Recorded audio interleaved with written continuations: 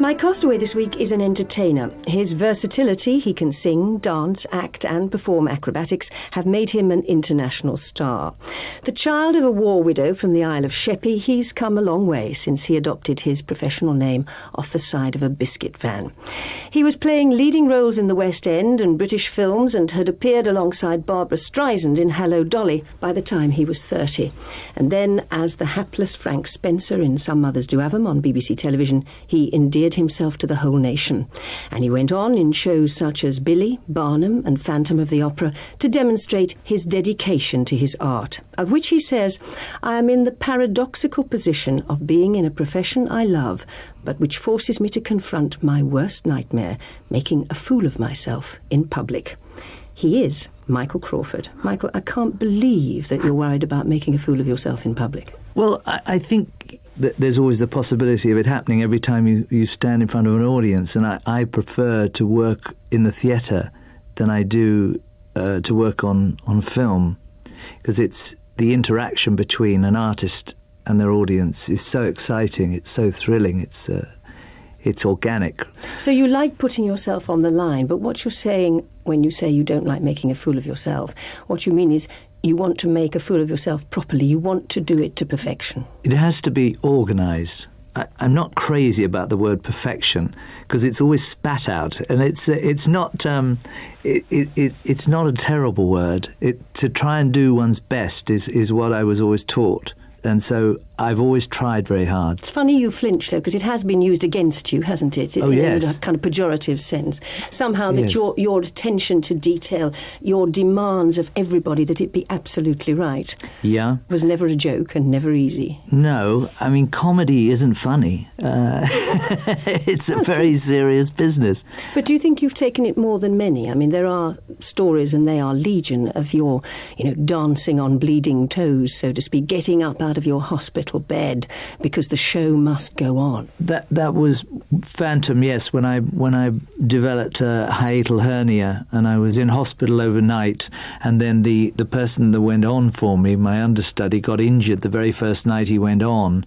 Now they sedated me, so I had to drink several cups of coffee to get myself together, and I remember walking past two ladies who said, "Oh, I think that was Michael Crawford." She said, "I do hope not, he looked drunk."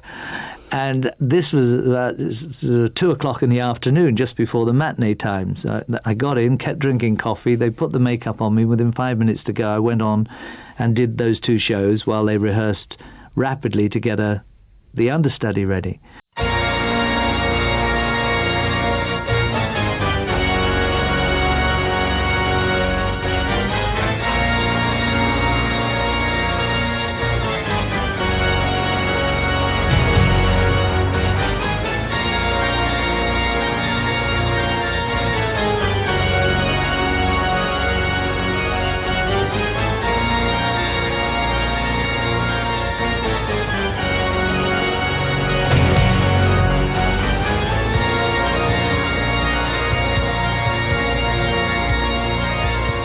But there was another occasion, wasn't there, when you actually escaped from the hospital? You climbed out of the hospital window. Well, that was for Barnum. Yes, I hadn't eaten for 3 days, and which I often forget to do if I've got an opening night, and I suddenly lost all my strength. And poor Harold Fielding, who was the producer and had an awful lot of money at stake, he put me in hospital overnight so that they would at least feed me up and fatten me a bit to come back to work, and so that we could open on our correct preview night. And I climbed out of a window and ran to the theatre and ran on stage in the middle of the dress rehearsal. And the understudy was just saying, "Barnum's the name, P.T. Barnum." And I said, "No, it isn't. I'm Barnum." And I ran on behind him and pushed him off the other side of the stage. Modestly billed as the greatest show on earth, Barnum has been packing them in since it opened at the Palladium in 1981 before transferring to the Victoria Palace. And Michael Crawford has become synonymous with the role of Phineas T. Barnum, the all-singing, all-dancing, high-wire walking, juggling, abseiling, tumbling star of the show.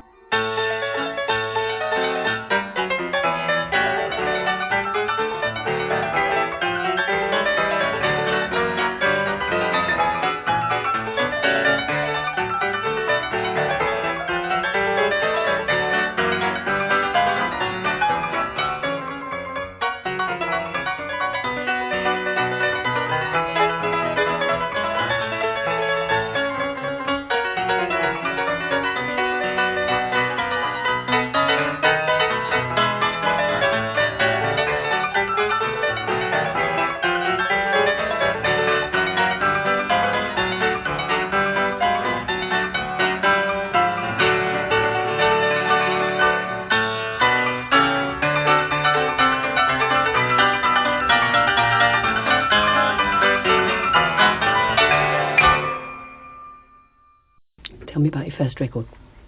Peggy Lee, very special lady when I was about 12, 14, 16. I adored the tone of her voice, the mellowness that she brought forth. It was rather like a wonderful saxophonist. There's this air, and it, to me, had great passion, and I'm sure it had a great influence on me when I started singing myself. Smile, though your heart is aching. Smile, even though it's breaking. When there are clouds in the sky, you get by. If you smile through your fear and sorrow, smile, and maybe tomorrow you'll see the sun come shining through for you. Light up your face with gladness. Hide every trace of sadness. Although a tear may be ever so near, that's the time you must keep on trying. Smile, what's the use of crying? You'll find that life is still worthwhile if you just smile. Peggy Lee singing Smile. Part of the perfectionism, Michael, has always been doing your own stunts, memorably in Some Mothers, roller skating under the lorry or being dragged behind the train. But most dangerous of all was the one where you dangled from a window cleaner's cradle halfway up a skyscraper. That one nearly went wrong, didn't it? Yes, I had to fall out, pull my assistant with me, and we're wired very carefully to this cradle, and I'm hanging underneath and he's on my shoulders. We get the shot and they're supposed to bring us down to the ground. Well, it got stuck in the wall and wouldn't go up or down, so I just hang there on the end of this wire, looking at Harlesden and Willesden, and then swinging around the Houses of Parliament, then the Houses of Parliament, then all Circular Road, Harlesden and Willesden again. That was pretty... that was the scariest. That was the worst. It was a very physical comedy, that whole thing, Some Mothers, wasn't it? Were you borrowing from people that you'd admired as a boy? I mean, one immediately thinks of Laurel and Hardy. I think Laurel and Hardy and Buster Keaton and Harold Lloyd, who are still funny today. That comedy, it doesn't need, when you saw the piano appear with Laurel and Hardy and they look at each other, there's no dialogue necessary. You know exactly what's going to happen and you start to smile, and then you roar with laughter. How much did Frank Spencer borrow, I wonder, from Michael Crawford himself? Because there was quite a lot of you in it. You had a lot to do, didn't you, with the planning of the programme, with the putting together of the script? As time went by, I did, yes. I think one puts oneself into a role in varying degrees, and also you borrow from friends, and also you exaggerate. Frank was also a Catholic. You're a Catholic, although he drove the priest mad because he went to confession every day, didn't he? But again, it was you there. There were parts of me growing up where I would go to church, and I discovered girls, and I used to go into the confessional sometimes a couple of times a day, because I'd gone outside and I'd had an impure thought about someone passing by who looked particularly good, and I'd have to go back in again and disguise my voice. How much credit do you give that role in the sum total of your career? Do you see it as the big takeoff point? Yes. I think I'd established a name in theatre before that, but that's not... You can work for 4 years in the theatre and not get one night's, well, not 4 years, much more than that, and not get one night's viewing figures. 24, 25 million viewers we got, and that was just mind-blowing to think of that many people watching one programme. Tell me about your second record. Well, it's really going back to where I started, my roots as a boy soprano and working with Benjamin Britten. I made a recording with him, the second job I ever did. It was a recording of A Boy Was Born, and he actually conducted it, and it's something that will live in my memory forever.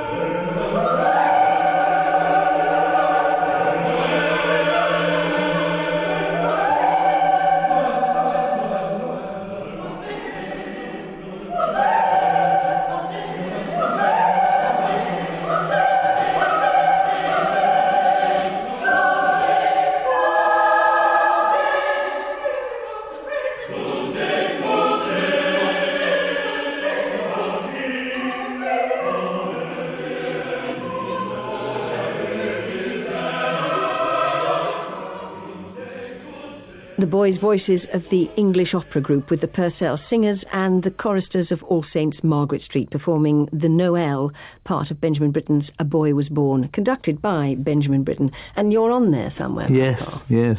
Gosh, that was I still have the score to that, where I've got my such technical expertise. I've got at different parts, slow down, written on my score, and look out. And when you hear where we were up there on the top, I mean, one tiny mistake and it would have been... Get the wrong Noel and you're done Yes, for. you're shot down in flames. And you, as a very small boy, had been to choir school, of course. Were you, in fact, that little choir boy with the ruffle collar that we all love at this time of year, singing Once in Royal David City? Yes, I had the solo to open the service at Dulwich College Chapel every year. And it was the first time in my life that I felt I had done something right, and it was very satisfying. No nerves? Oh, terrible nerves. And as I got to the end, you say, Mary was that mother mild, Jesus. So the mother and the Jesus were both on notes that were far beyond my everyday reach, and just to see my mother with a rosary in the pews there, hoping that I was going to hit these notes. How did you speak, Michael? Was accent a worry? Well, our family were fairly working class, but my mother developed a sort of telephone voice from about when I was about 8 or 9 onwards, and it didn't seem affected in any way. The only time it was affected was when she spoke to Mrs. Gray, who lived on the right, who took the Daily Telegraph, and we were socialists taking the Daily Herald. And what did you dream of being? Did you have any great ambitions then? I think I wanted to be in aviation. It was a dream of the man I thought was my father, my mother's first husband. And he was killed in the war. He was killed. He was killed. Yes. He was killed in 1914. You were born quite a bit later, in 1942. When did you eventually discover he wasn't your father? Well, it so slowly revealed itself, I suppose, through my teenage years. And again, going back to the more the working class side, it's something that one never spoke about, and there was a certain kind of shame there within the family. And because you were illegitimate, technically. Yes. And so that was a word you couldn't possibly utter. And really, I found I couldn't say that either, and maybe until a few years ago. That long? Yeah, and in those years, it was far worse than it is now. And there was no one at school who didn't have 2 parents. If I hadn't had a stepfather, I would most certainly have invented someone and found an excuse that he wasn't at certain functions. That he only had one leg and could only go round in circles or something, so he couldn't never get to the school presentation. Tell me about your next record.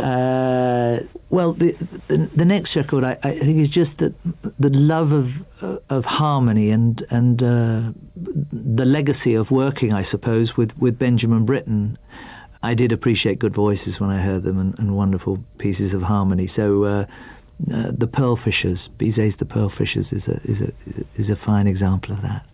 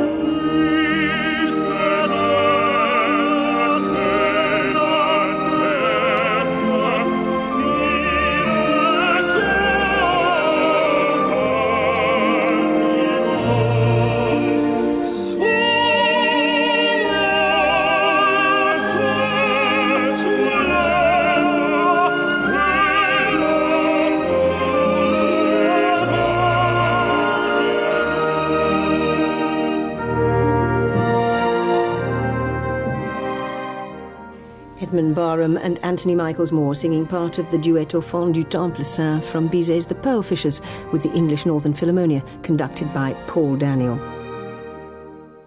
So, Michael Crawford, you were semi-pro while you were still at school. Made quite a few films, I think, about then as well. Were there any stunts in those films? Do you remember your first ever stunt? Yes, we made films for the Children's Film Foundation. I got the opportunity to work in two. One was called Soapbox Derby, and the other was called Blow Your Own Trumpet. And one of the things that I had to do in Soapbox Derby was dive into the River Thames and save this boy's life. So I dived in the Thames and pulled him out, and everyone was very happy about the take. And then we were taken down to local baths and stomach pumped or hospital because in case the water was too dirty or anything untoward in the Thames, heaven forbid. But there was never any question of anybody else doing it. I mean, you had to do it. No, well, I don't think there was any question then. I mean, they didn't give me an alternative. They said that this is where you dive in the water, Michael. There was hardly anyone with my shaped legs and short trousers who was a stuntman that was going to dive in the Thames. The legs have played an important part in your life, haven't they, and career? Yes, yes. Comedic, I think we call them. Comedic they were. They're a lot better now. I'm not ashamed of my legs anymore. But but I was in those days when I did funny. They were used in Funny Thing Happened on the Way to the Forum. I mean, it was very embarrassing.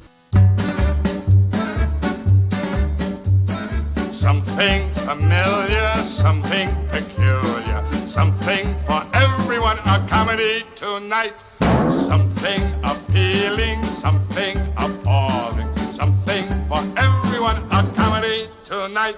Nothing for kings, nothing for crowns. Bring on the lovers, liars, and clowns. Old situation, new complications. Nothing portentous or polite. Tragedy tomorrow, comedy tonight. Something convulsive, something something repulsive, something for everyone, a comedy tonight. Something aesthetic, something frenetic, something for everyone, a comedy tonight. Nothing of done, nothing of fate. Weighty affairs will just have to wait. Something erratic, something dramatic, something for everyone, a comedy tonight. Something that's gaudy, something that's gaudy, something for everybody.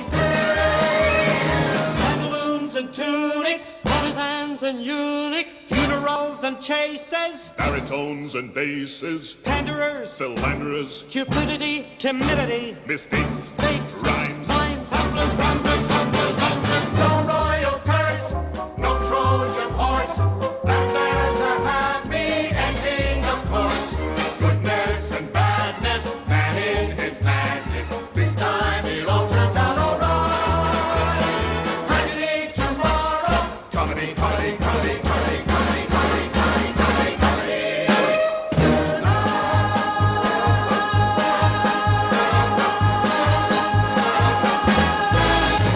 You were, I think, in your 21st year when you made your debut in the West End with Come Blow Your Horn, the Neil Simon play, with Bob Monkhouse and Nairi Dawn Porter, I think it was. Yes. Do you remember your first laugh on the West End stage? I mean, is that a kind of moment that stays with you? I was 20, and I got the role, and it was a very large role, about this boy. He was leaving home, and he went to live with his brother, who was a playboy, and I played, guess what, the innocent. And I turned up, and he said, "Buddy," he said, "you've left home." I said, "Yes." He said, "Permanently?" I said, "I took 8 pairs of socks. For me, that's pretty permanent." That was my first laugh. You may not be laughing at home now, but in 61 they laughed.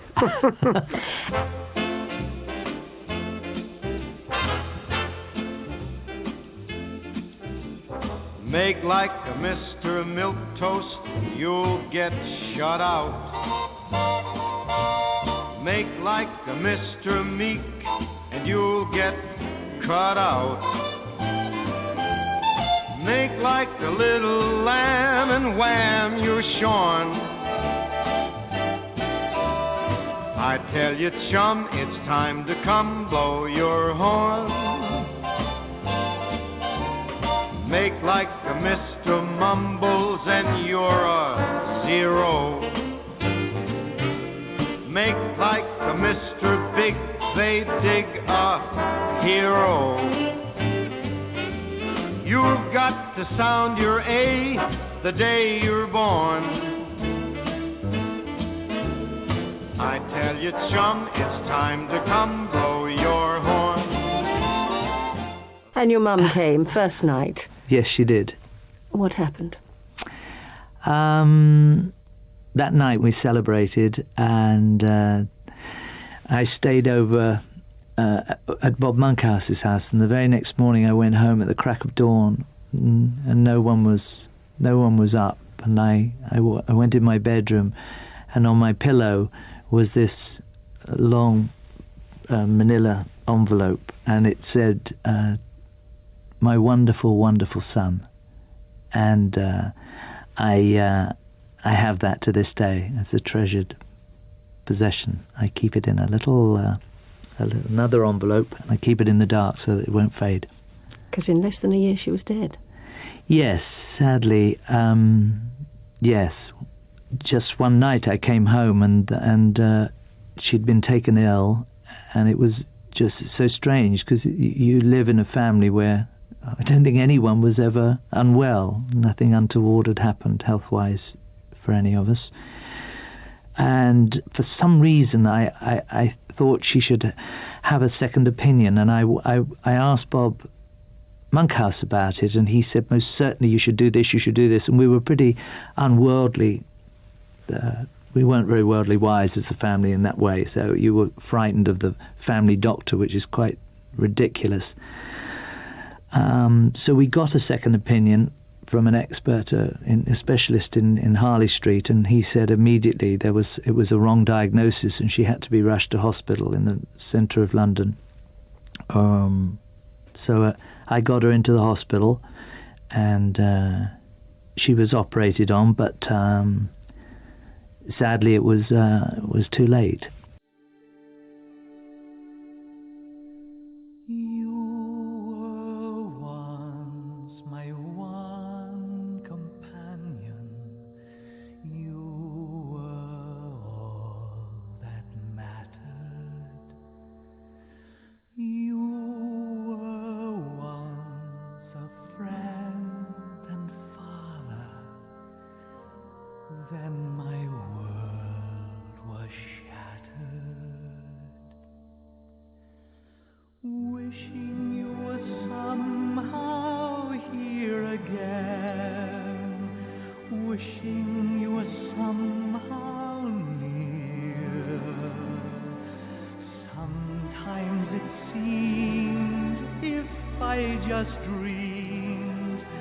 Somehow you would be here, wishing I could hear your voice again, knowing that I never would.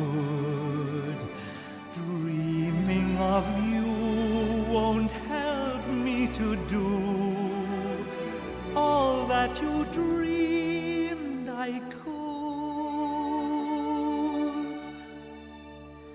Passing bells and sculpted angels, cold and monumental, seem for you the wrong companions.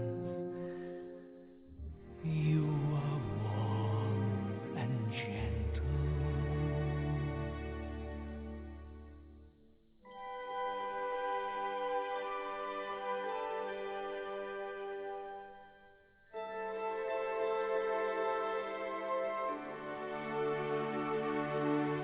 Too many years fighting back tears. Why can't the past just die? Wishing you were somehow here again, knowing we must say goodbye. Try to forgive, teach me to live, give me the strength to try. No more memories, no more silent tears, no more gazing across the wasted years. Help me say goodbye.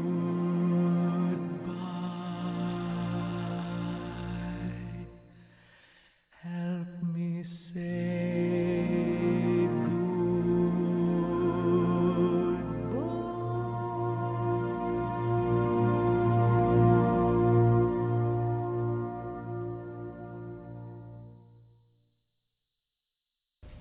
Record number 4. On a lighter note, the wonderful influence in my life when I met Mr. Gene Kelly. He was very dear and a tremendous enthusiast and a hero.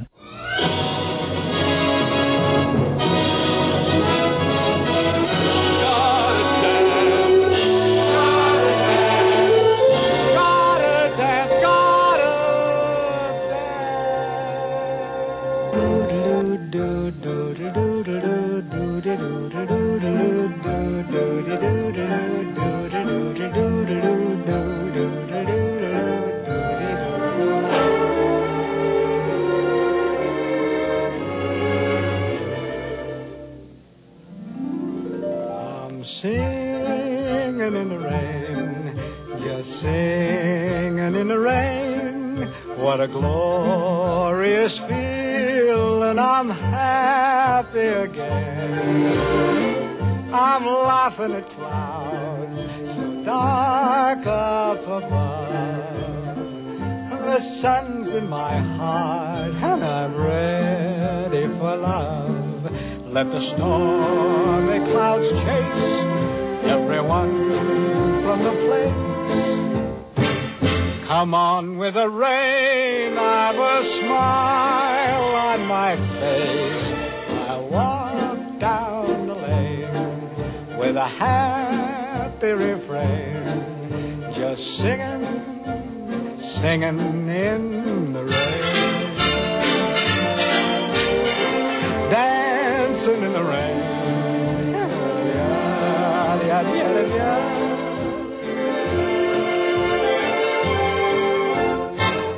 I'm happy again.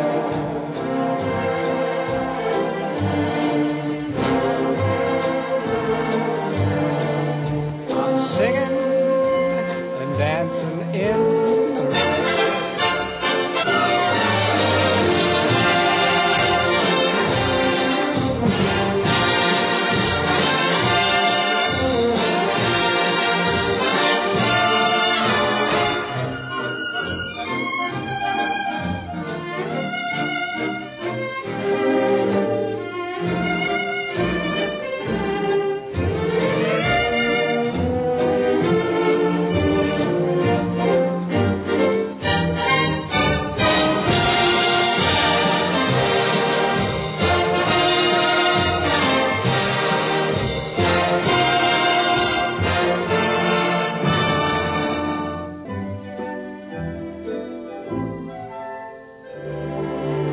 I'm dancing and singing in the rain.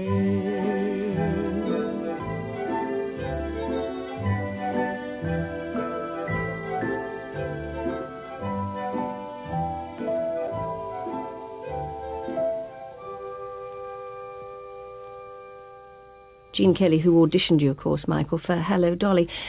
Auditioning for Gene Kelly, to sing and to dance for Gene Kelly, must have been terrifying. Yes, imagine yourself. You arrive in a hotel, you're jet-lagged, and I'm standing in line at the desk and to check in. And he said, name. I said, Crawford. He said, oh, yes, you have a message, Mr. Crawford. Gene Kelly called. And I looked round, and there was a bit of a queue behind me. So I said, right, I'll just fill in my details here. And any messages? And leaned to one side so that it would go over my shoulder to the... She said, yes, just that Gene Kelly called. I said, oh, okay. What was the name? She said, Gene Kelly. I said, please, there's no need to shout. But I said, if I could have that note, I'll take it with me. And that's another note I still have. So I went up to my room, and the next morning, the doorbell went, and I opened it. He said, hi, I'm Gene Kelly. And it was just like the opening line in a movie. And I said, oh. And he said, let's cut the small talk. Can you dance? I said, well, no. I'm really quite new to this business. I've done some radio. And I played Shakespeare on the radio in tights. 2 pairs, because my legs were thin. So he's looking at me as I'm a complete lunatic. Which you were. Which I was, yes. And completely gone to pieces. And he said, well, listen, what we're looking for is the part of Cornelius Hackle. What we need, he said, is an attractive idiot. My wife thinks you're attractive, and I think you're an idiot. And you got the part. I got the part, yes. Hello, Rudy. Well, hello, Harry. It's so nice to be back home where I belong. You are looking swell, Manny. I can tell, Danny. You're still glowing, you're still crowing, you're still going strong. I feel the room sway. of the band, playing one of my old favorite songs from way back when. So, bridge that gap, fellas, find me an empty lap. Fellas, darling, you'll never go away again.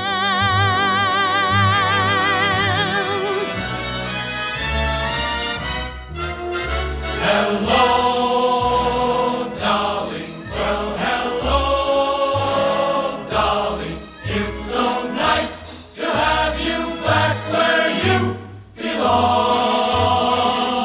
You're looking swell, darling. We can tell, darling. You're still growing, you're still growing, you're still going strong. We feel the room swaying for the band playing one of your old favorite songs from way back when. So Here's my hat, fellas, I'm staying where I'm at. Fellas, promise you'll never go away again. You did a pastiche of him, of course, in Billy a few years later, didn't you, in the West End? Yes. Creation of Keith Waterhouse, of course, the northern lad who worked in the funeral parlour, or the undertakers, and fantasised about being all these different people. Yes.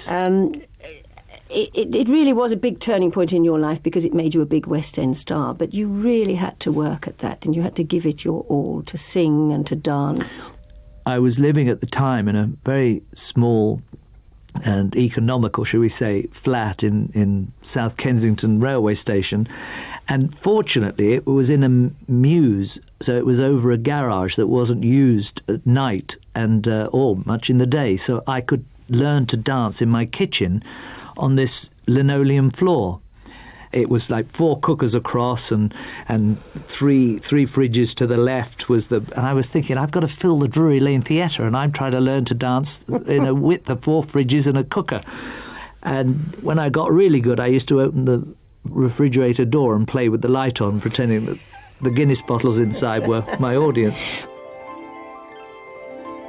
some of us belong to the stars, and that is where I'm going. I will soar all over the sky, and I won't need a Boeing.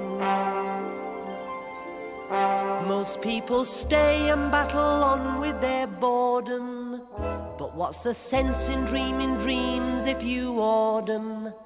It won't be long before I say my tatas. I belong to the stars. Some of us belong to the stars. Up there is where you find me.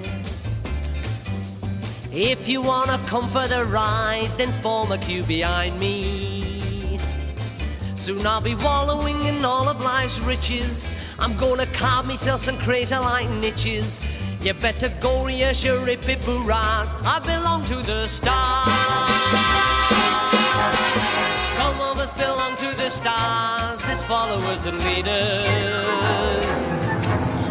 Some of us are born to be great, and some are born conceders. So I will go wherever winners assemble. Yes, from now on the world won't spin, it will tremble.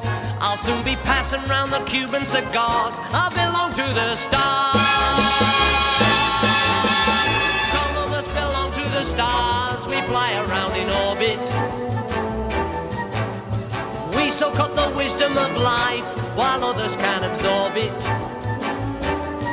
I'll hang me hat in every part of the atlas. Most of the time I will be hopelessly hatless. You must come visit one of my Shangri-Las. I belong to the stars. I belong to the stars. I belong to the stars. I belong to the stars.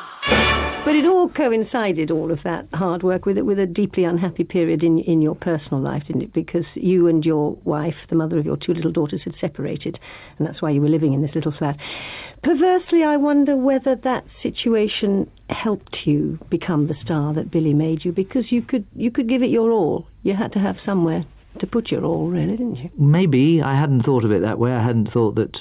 I think I would have. I used to give as much time when I was married to working, so I don't know that it really, that the unhappiness added to my inspiration for myself to go to work even harder. So I just gave it what I had to give it to learn to dance.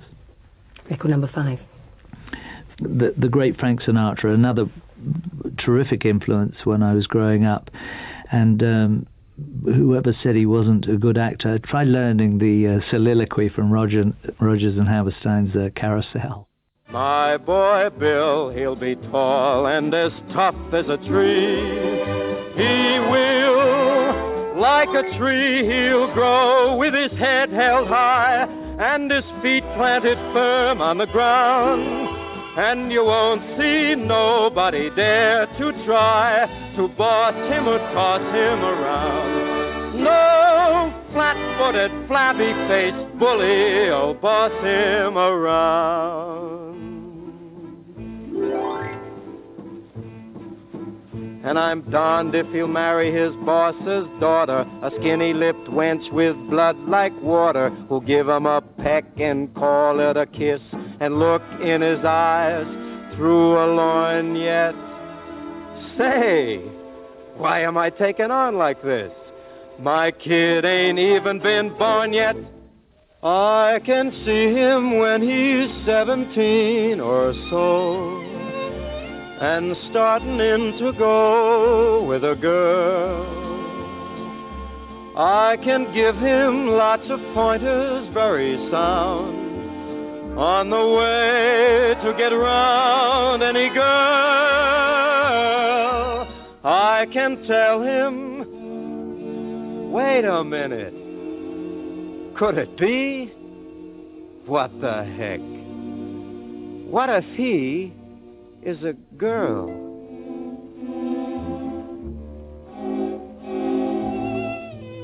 Well, what would I do with her?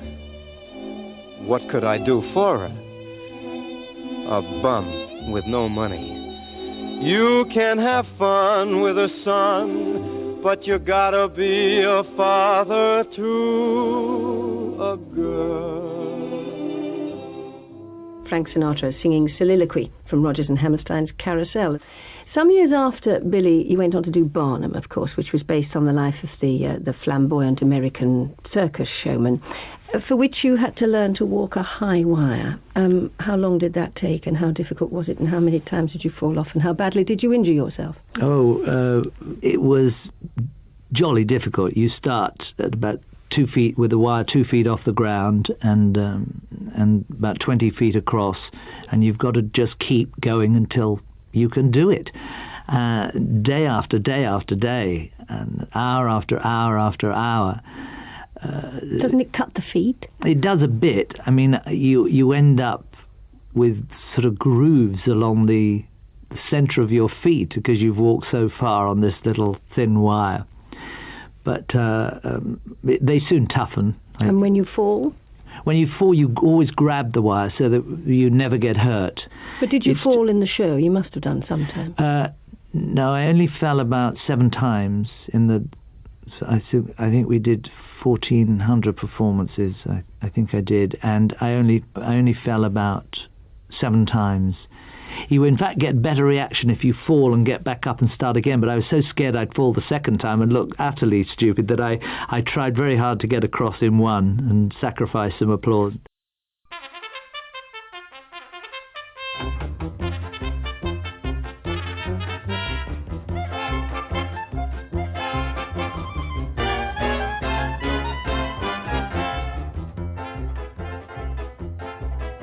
Barnum's the name, and humbug's my game. And when he went wind up thinking that humbug's a blessing or a curse, you're still gonna buy it. Why? Because every 60 seconds in this world, a delightful phenomenon takes place, which absolutely guarantees it. There is a sucker born every minute. Each time that second hand sweeps to the top like dandelions, up they pop their ears, so big their eyes so wide, and though I feed them bona fide baloney with no truth in it, why you can bet I'll find some room to buy my corn, 'cause there's a sure as shooting sucker born a minute, and I'm referring to the minute you was born.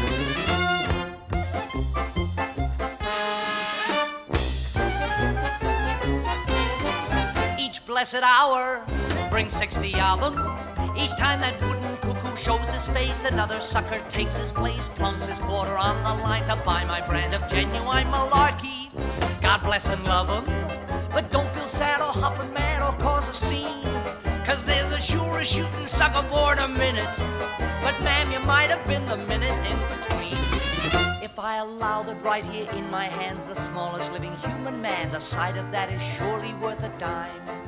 If I present an educated pooch who's trained to dance the hoochie cooch, what better way to waste a bit of time? If I imported monumental cost a lady fair whose head was lost while crossing railroad tracks to pick some zinnias, who has no ears or eyes or nose and wears pink tights instead of clothes, if that ain't worth a buck, my name ain't Phineas. Ah, you say that's hogwash, well who cares? You fly my hogwash long as there's a sucker born every minute. Each time that second hand sweeps to the top like dandelions, up they pop, ears so big, eyes so wide, and though my tail is bona fide baloney, just let me spin it. There ain't no man who can resist me, wait and see, 'cause it's the surest shooting sucker born a minute. And friends, the biggest one, excluding none, is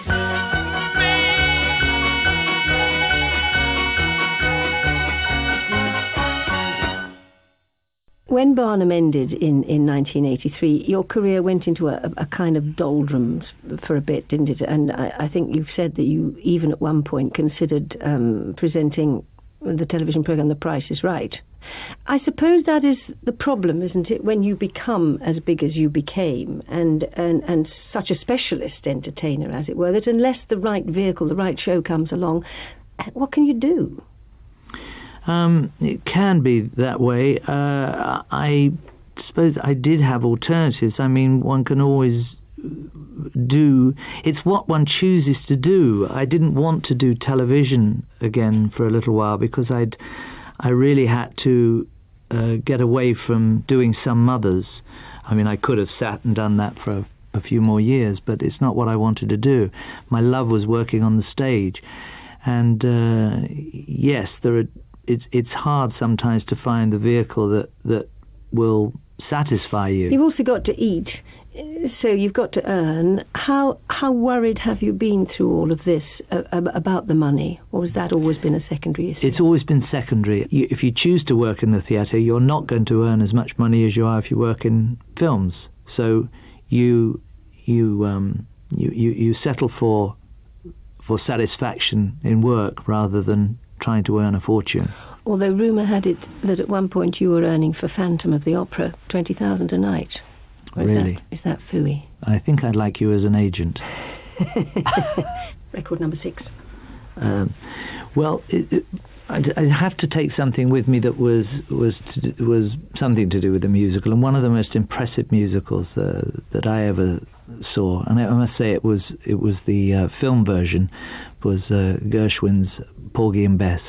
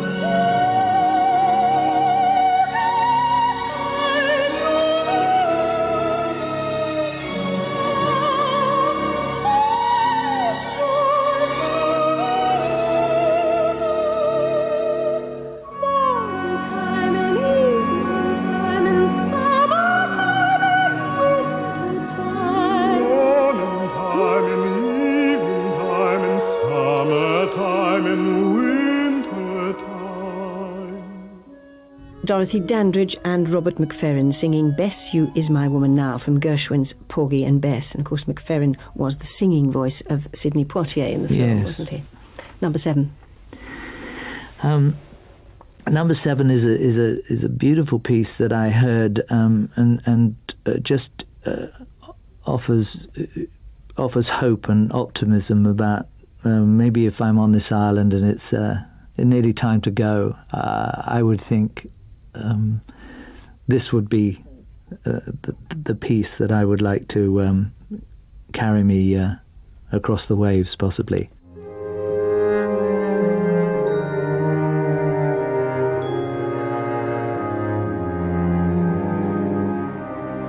Grant us the joy which brightens earthly sorrow. Grant us the peace which calms all earthly strife,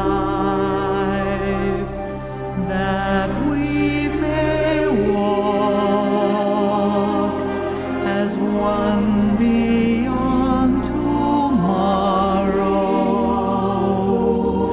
in hope and strength, fulfilled in love and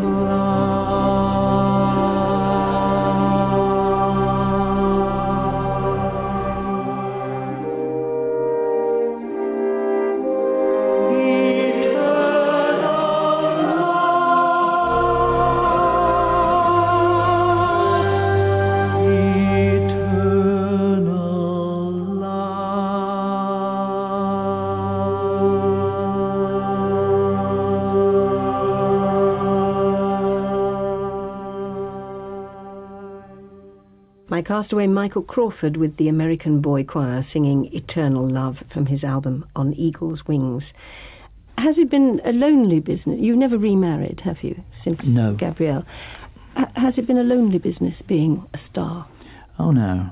I mean, I'm virtually never alone. I'm always with other people. But you know that's not what I mean. Oh no. I don't. I mean, I'm not. My friends and family, I'm sort of constantly with. So. Yes, but sometimes you're in Las Vegas for 2 years on end doing I don't know how many shows a week, 12 shows a week. But you make friends. It's a solitary business, is what I'm saying. I haven't found that. And when you sit on your desert island and ruminate on it all, will you decide that you should have played something differently, or are you you sound as if you're generally reasonably content with the way it's gone? Oh yes, I wouldn't change anything. I think I've done certainly the best I could along the way, and what I haven't done correctly, you try to correct at a later date. And how will it be in the practical sense on this desert island, I wonder? Are we to imagine, is the real Michael Crawford Frank Spencer falling out of a palm tree while he looks for coconuts, or is he that rather cool and very well-ordered person who knows that he's got to concentrate and get it right? I'm sure there'll be a combination of the two. But I don't think I would panic too much unless something very large on 2 legs came looming towards me that was furry and had very large mouth. I'm pretty practical. Last record. Bach's Mass in B minor is particularly a lovely piece.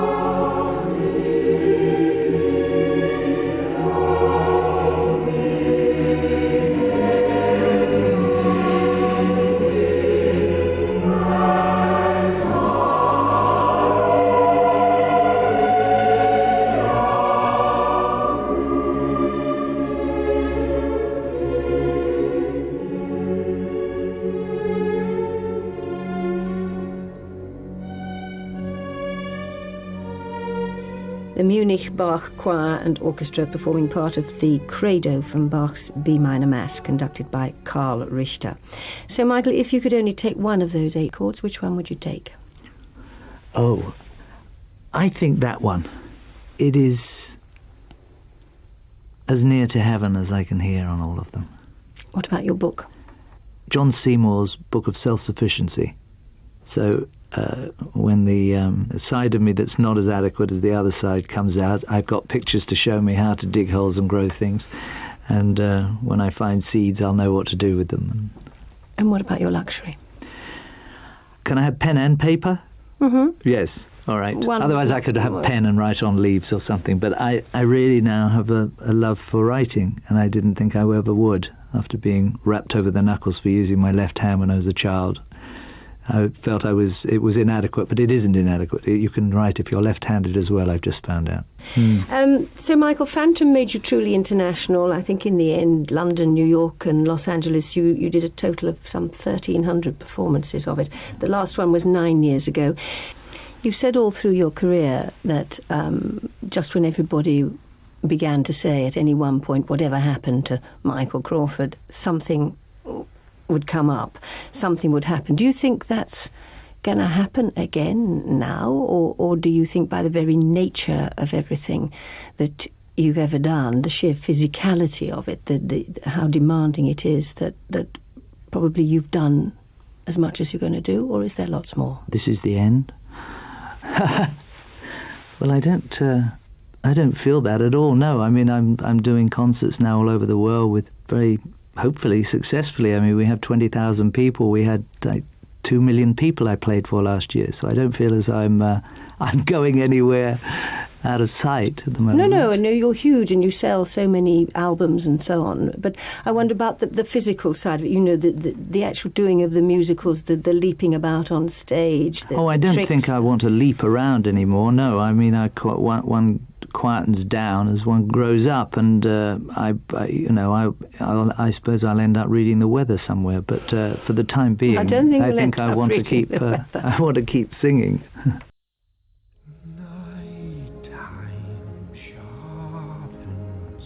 Heightens each sensation, darkness stirs and wakes imagination.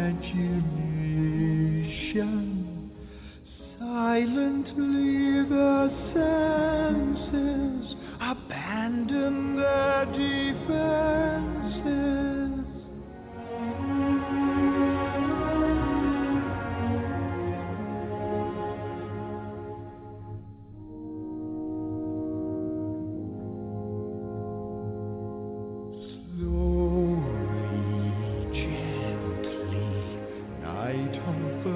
Its splendor, grasp it, sense it, tremulous and tender. Turn your face away from the garish light of day. Turn your thoughts away from cold, unfeeling night, and listen the music of the night. Close your eyes and surrender to your darkest dreams. Purge your thoughts of the life you knew before. Close your eyes, let your spirit start to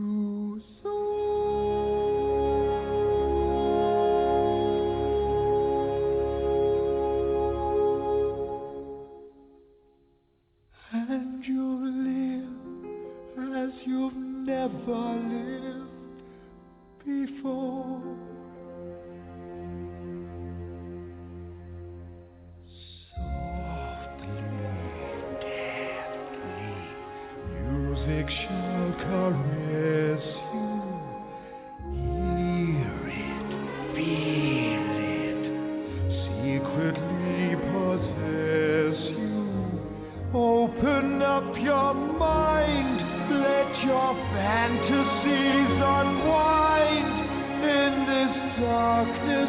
that you know you cannot fight.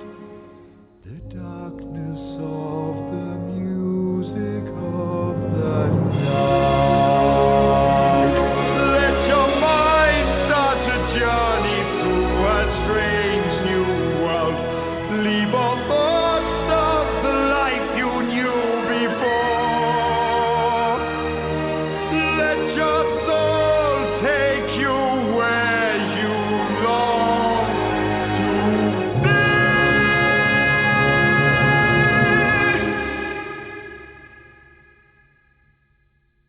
Only then can you belong to me.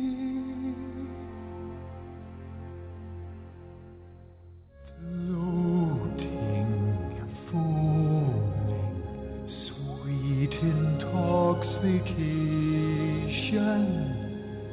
Touch me, trust me, savor each sensation. Let the dream begin. Let your darker side give in to the power of the music that I write.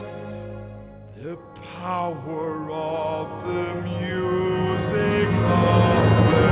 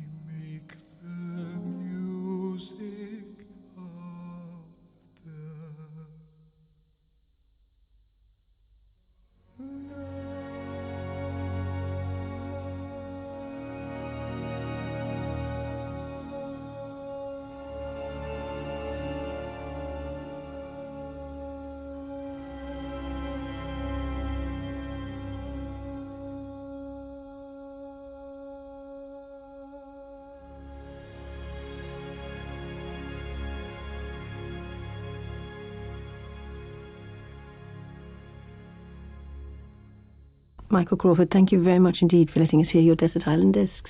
Thank you very much, Sue.